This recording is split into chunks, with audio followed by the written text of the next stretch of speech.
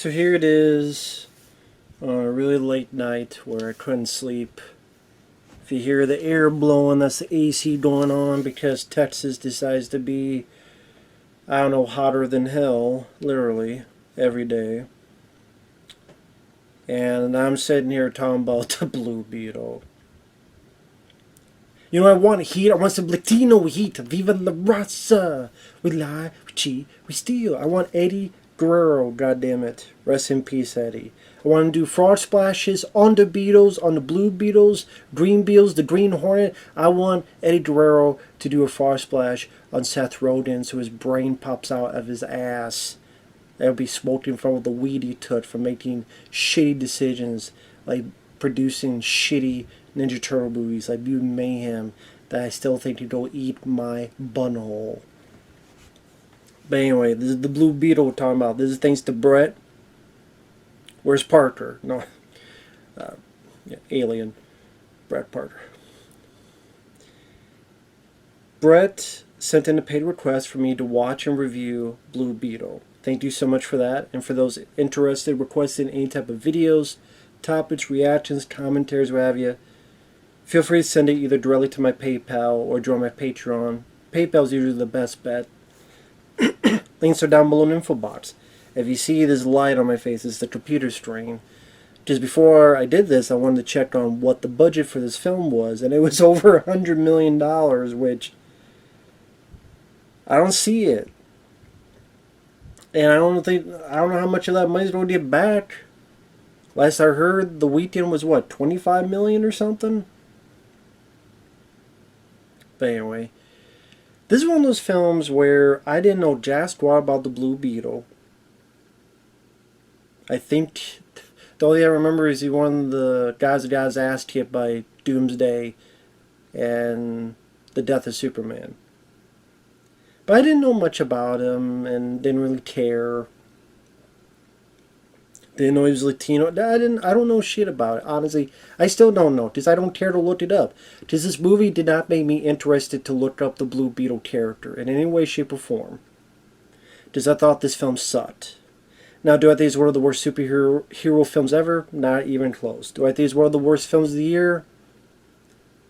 Nah, not in the top 10. No. I mean, it's better than Skinamarink. It's better than The Flash.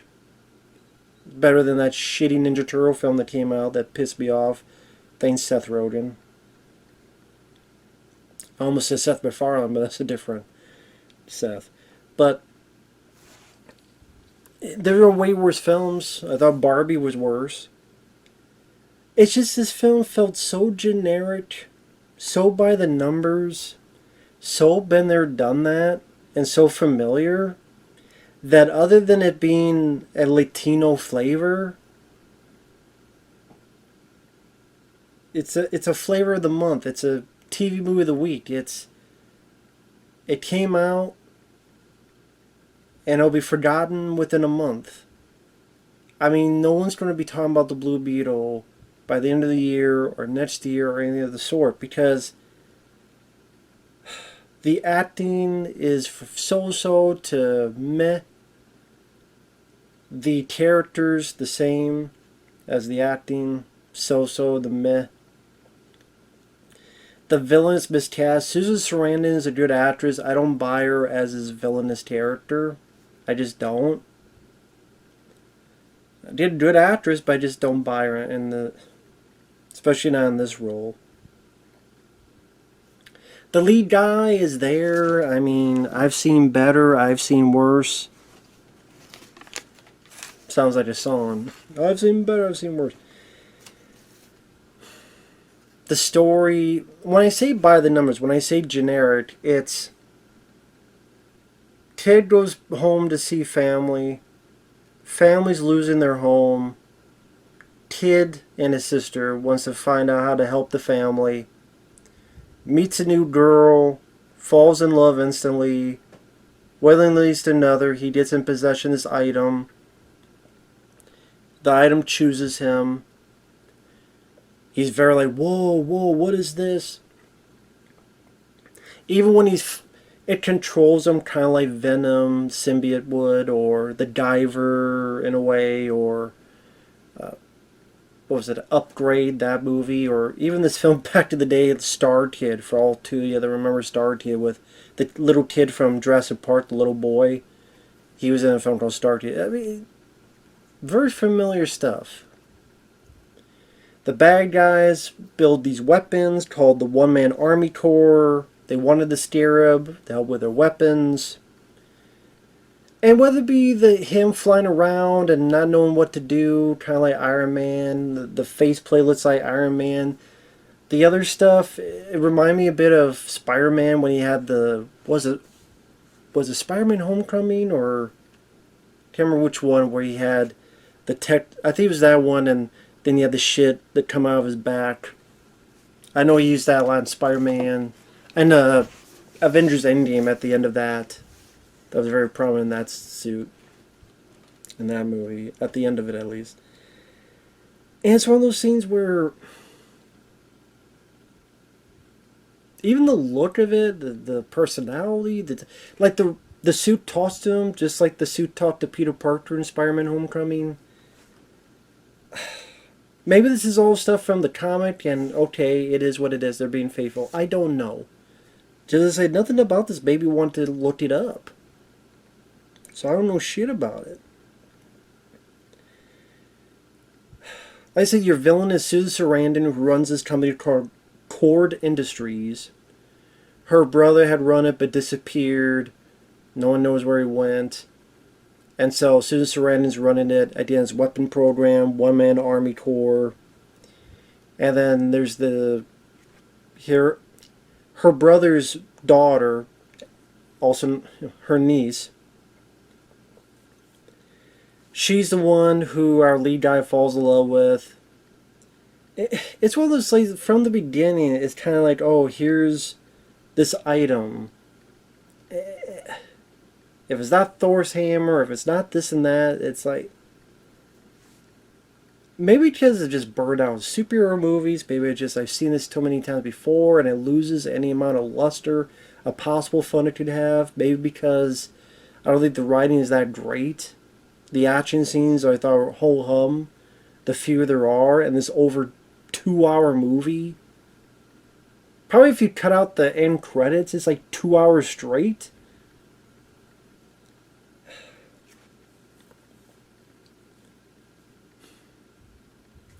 The story of the film, in a nutshell, our lead guy, he's been to college, he comes home to Palmyra City, and almost as soon as he gets off the plane, there's some asshole white guy being racist or whatever the fuck. So great to have that in there. And he gets home to his family, his mom, his dad, and his sister. Was not a fan of the sister character. I thought she was irritating. I thought she was annoying as pissing in the wind. I mean, she would say stupid lines like, "Come on, tell him the truth. Hey, he's had his tacos. Now let him have his truth." But the worst one, the worst one was later on. They're working for Susan Sarandon as cleaners. You know, white people have Latinos as cleaners. And our lead stands up for the niece because Susan Sarandon's pissed at her. So Susan Sarandon gets them both fired. But before that, the lead guy's sister had went to one of the bigger bathrooms that they're not supposed to, and the lead guy warned her, and the sister literally says, "Listen, I deserve a luxury dump right now." We have to talk about having a luxury dump. Yeah, it's called this movie. It's a dump in a fucking ditch, because it definitely dumped its load down his pants in the box office. It dumped a fucking shit stain in his undies, and a dump of fucking big old snot on his forehead after the big old sneeze of pushing away movie doors by having stupid fucking advertising like Batman's a fascist.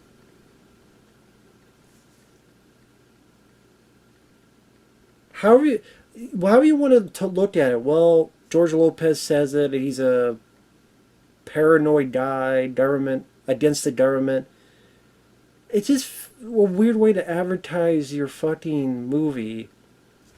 People love the Batman character, and you have a character who was one of the characters we're supposed to like, called Batman a fascist. It's a bad first impression. Plus, again, it does seem like people are getting sick and tired of superhero movies. More and more and more. Because you can like superhero movies, just like you can like a brand of cereal. But maybe you don't want cereal every fucking day. Maybe it's like, I want eggs. I want bacon. I want sausage. I want pancakes. I want French toast. I want a French toast and put eggs and bacon in it. And have a French toast sandwich. I wish I had that. That actually sounds good. Get some Lego my Egos, bacon, and eggs, and just eat that like a sandwich. I want that now. Give me some waffles, goddammit. That's what I mean. People want different shit. Not all the time, to be fair, but seems pretty clear cut on this. And plus, no one knew what the fuck Blue Beetle was. But I'm sure they thought, hey, no one knew what the fuck Guardians of the Galaxy were, so they were hoping for that type of success, I'm sure. Or to pull in, hey, Black Panther, black, so Latino, will stand up for Latino heat. Blue Beetle. Looks like that fucking did. Maybe they thought it looked like shit too. It's like, you'd be Latino or what? They just want a movie that looks good or sounds. And the effects are not that spectacular. The action scenes, there's like maybe 3 I remember in the whole movie. Maybe there's more, but that's all I can remember. There's a fucking joke where in the third act, George Lopez and the family are driving this big Blue Beetle mechanism to go get our lead character, save him. And there's literally a bit where activate... What the fuck did it say? Activate Bud Fart. So the fucking mechanized thing farts as it opens up its ass and lets off this steam of whatever the hell. Knockout gas... poison, whatever the fuck it was. It's like, did this movie really need a glorified fart joke? Did it really? Like, Susan Sarandon, I barely understand what the fuck she even won. Like, okay, it looks like she has a successful business. The niece steals this big Blue Beetle vehicle mechanism thing. If you're able to build that and all this other shit, you're pretty goddamn successful. You don't need this fucking scarab thing. But I guess, hey, greed, more power, need more. And then she has an evil henchman, but he's not so evil, because at the end, the hero's ready to kill him, but the suit, the scarab, whatever, is like, no, look at what he's been through.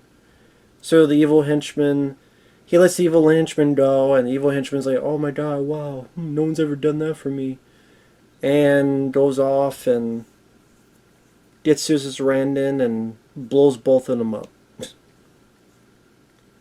So you have the sympathetic villain. You have the try to put a little bit of love story, which didn't buy into it.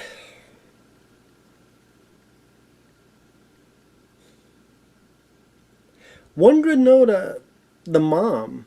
The lead guy's mom, I recognize the actress. It's Anna from Predator, the original Predator. Elpidia Carrillo. I always liked her. Loved her in Predator. Well, it was cool to see her get a job again. Another job. That was cool to see. I appreciate that. It was nice to see her again. And her and the dad, were fine. This movie did not need to be over 2 hours long, man. And again, it just feels like just the same typical beats you've seen over and over again. I didn't really find much of the jokes funny. Like, one bit is when the brother and his sister get fired, Susan Sarandon's niece says, hey, I did your job, so I'll come back tomorrow. The guy does. The niece is in trouble. She stole some shit. She stole the stirrup. Unbeknownst to our lead, she put in this big belly birder wrapper. So there's a big belly birder wrapper prominent when he takes it home, and the family say, "What's in that?" They open it. What's this? It's a stirrup. It attaches to the lead kid.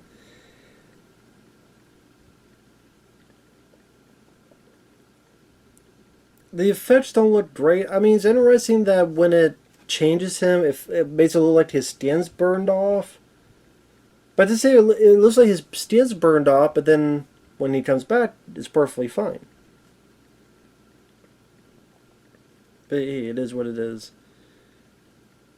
And he turns into that suit that it looks like a reject Iron Man suit or reject prototype for War Machine or the Tech Spider-Man suit.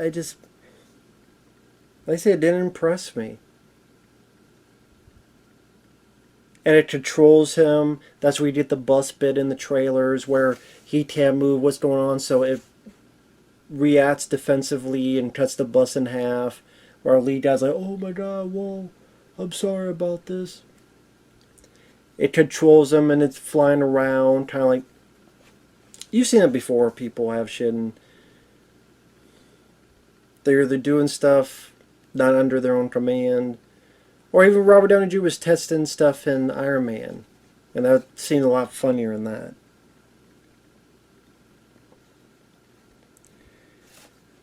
So one leads to another, he is able to fly back, but when he lands, he's all naked.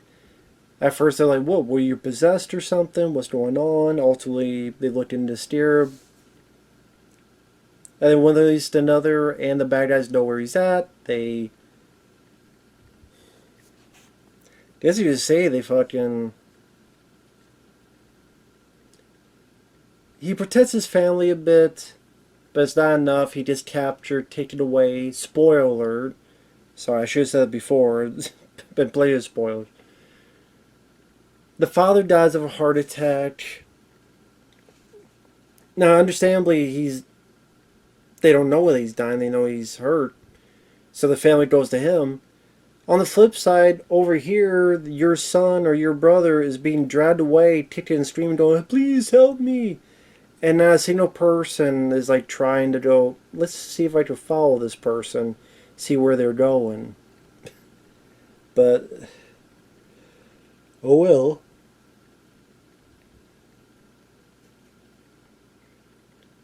And that's where the niece of Susan Sarandon's character comes in. And I didn't think that actress did a good job. I thought she was rather poor with her line delivery. She sounded awkward at times. And I don't know, man. It just did not do much for you. It didn't do much to really light my fire, so to speak. At least to me, it didn't. Because I'm watching this going, I don't know about this. I don't know about this.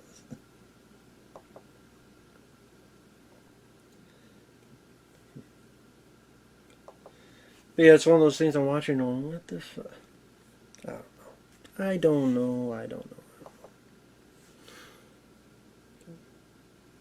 So as time goes on, my mind, I swear to God, my mind is literally forgetting this movie as I speak. That's why I'm literally just out of it. I'm not even bullshitting. This is not me making a joke. See, this computer shutting down is literally my brain shutting down. It's just one of those, like, goddamn, man. Over $100 million on this fucking movie was spent.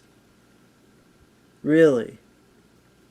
Because I'm sure they wanted to capitalize. They wanted their Black Panther. That's what they wanted. Latino version of Black Panther. That's what they wanted. I'm sorry if people get offended by that, but that's the fucking truth. They thought, hey, superhero films are big. We had a Black Panther, Asian Shang-Chi. What about Latino? Okay, we'll use Blue Beetle.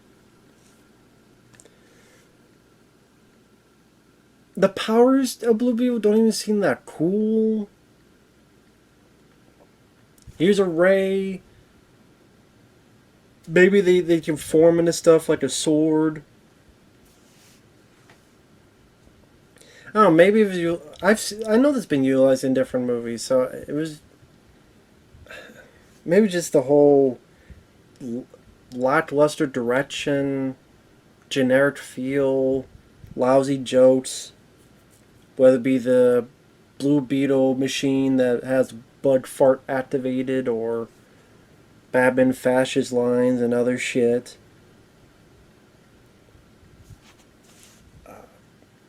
I mean, the only positives are to say is the lead guy is not as horrendous of a person compared to the Flash, Ezra Miller. It was cool to see Anna, Elpidia Torillo from Predator, in another movie role. It's nice to hear the song "Kid Start My Heart" by Motley Crue. I love that song. It's cool that's featured. That's when George Lopez is driving the mechanism with the family inside, and they're stomping on people while "Kid Start My Heart's" playing. Love the song. Used a lot better in a film called Shoot 'Em Up with Clive Owen. Much better, much more fun. That's what kills me, is that...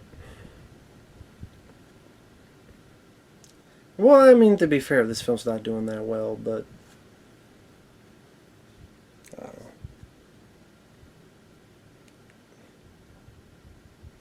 I guess I just want to mention Shoot 'Em Up because I think it's a very underrated action film. But yeah, they go in. The bad guys are downloading the stuff from our lead guy in the stirrup, so he's dwindling, and his life and powers are dwindling. You have the overweight Mexican or Latino guy. So you could kill him, and this is why the theme with the villain, the henchman trying to be, let's feel sorry for him, doesn't work for me. Because he's one of the reasons that led to your dad getting killed. That's number one. Number two, this guy who's working for Susan Sarandon, this worker, bit of, overweight, bigger guy. Yeah, nothing wrong with that. Well, I mean, yeah, health-wise, it would be careful, but I'm just saying.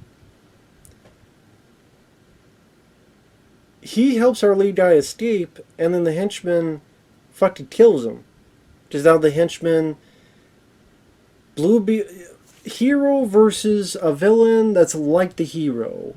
A-Man versus guy that seems like an evil A-Man in the first film. Iron Man versus evil Iron Man in Iron Man. What the fuck was it? I can't remember. In a lot of these films, it's like, oh, here's them, and then an evil version of them, and then they fight. Here's Blue Beetle, now this has become an evil version of Blue Beetle. Like, that type. But before we get to that fight, when the escaping... he's escaping, the big guy helps him escape, and then he's talking to him, hey, you need to get out of here, blah, blah. And then the guy behind him shoots him. You see a spit splitter blood hit the door. The little window of the door. I'm like, oh shit, okay. That guy's fucked.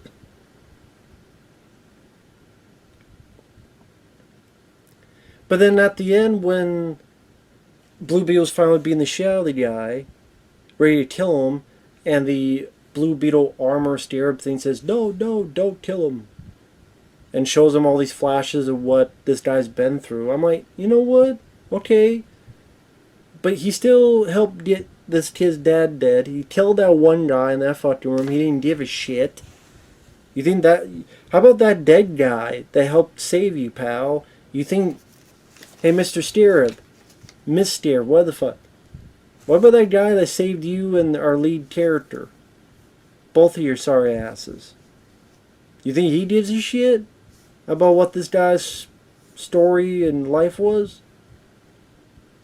Oh, he can't because he's fucking dead. His brains are splattered across the fucking window. Yes, you can make villains sympathetic. It can work well. Doc Ock in Spider-Man 2 is a great example of that. Just here, I thought... It really came out of nowhere. it really came out of nowhere. Maybe that was purpose to try to make it less of a bland, and despite one person wants to say, yes, I know the definition of bland. It means dull, uninteresting, unexciting, boring, typical. It. I just didn't think it worked in this. But yeah, the action scenes is like, okay, there's this test run with the bus that you split in half. You see in the trailers. There's the fight at the family's house. The house just burned down. The guy trying to fight a little bit gets caught. The steer, the blue beetle mechanism stomping on a mud hole in people's asses to the song "Kissed Out of My Heart" with the activate bud fart fucking things, and I just bits of that finale. Like there's a kind of a hallway. There's a fight where I guess you would call that the best. I guess I would say that's the best action scene of the movie.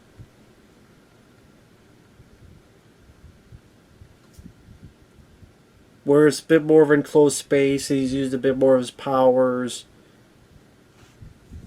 Whereas like they could create different.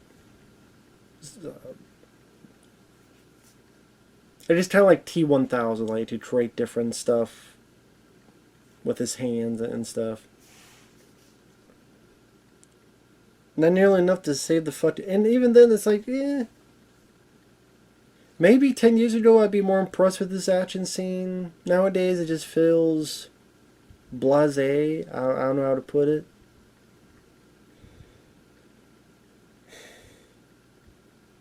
Oh, how to forget, there's this bit where the grandma saves him, the grandma of the family, because she has a laser Gatling gun thing and shoots some bad guys and cackles like a maniac. And the lead guy is horrified. I'm like, you should, because that bitch is crazy. So there's that joke.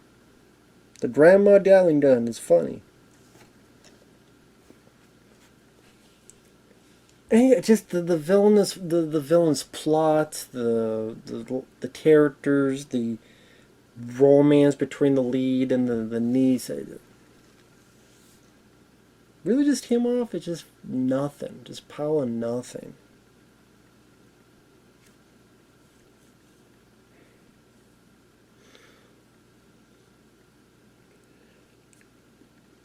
Hey, maybe if you're a diehard, you gotta watch every superhero film.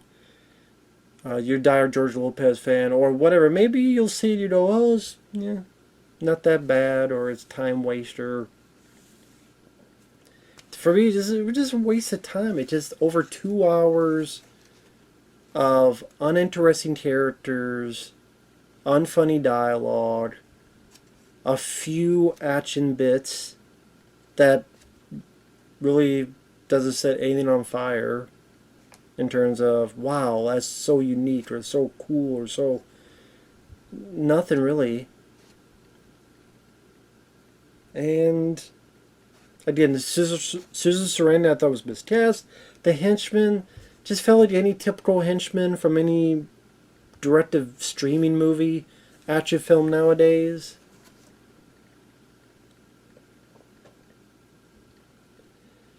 And again, I don't buy it. Just pulling the shit out of his ass that, oh yeah, we need to feel sorry for him, don't kill him. And then the guy's like, oh well, thank you, didn't kill me, okay. Now I'm going to blow up me and Susan Sarandon. You blow me. Or, go ahead and blow yourself up. Yeah, my brain's ready to shut down or go to sleep or something, so... I know it's not much of a gusto review, but it's such a just generic, forgettable movie. I don't know what else to talk about. The effects aren't that special looking. The design of Blue Beetle, again, just reminds me of Iron Man, Spider-Man put together. Like I said, the villains, the action or lack thereof. I understand it's very, very much Latino, to give respect to its culture. Be my guest. I still don't find the fucking film interesting or exciting or memorable. That's just me though. So that said, thanks for watching. Take care. We'll see you guys later. Bye-bye.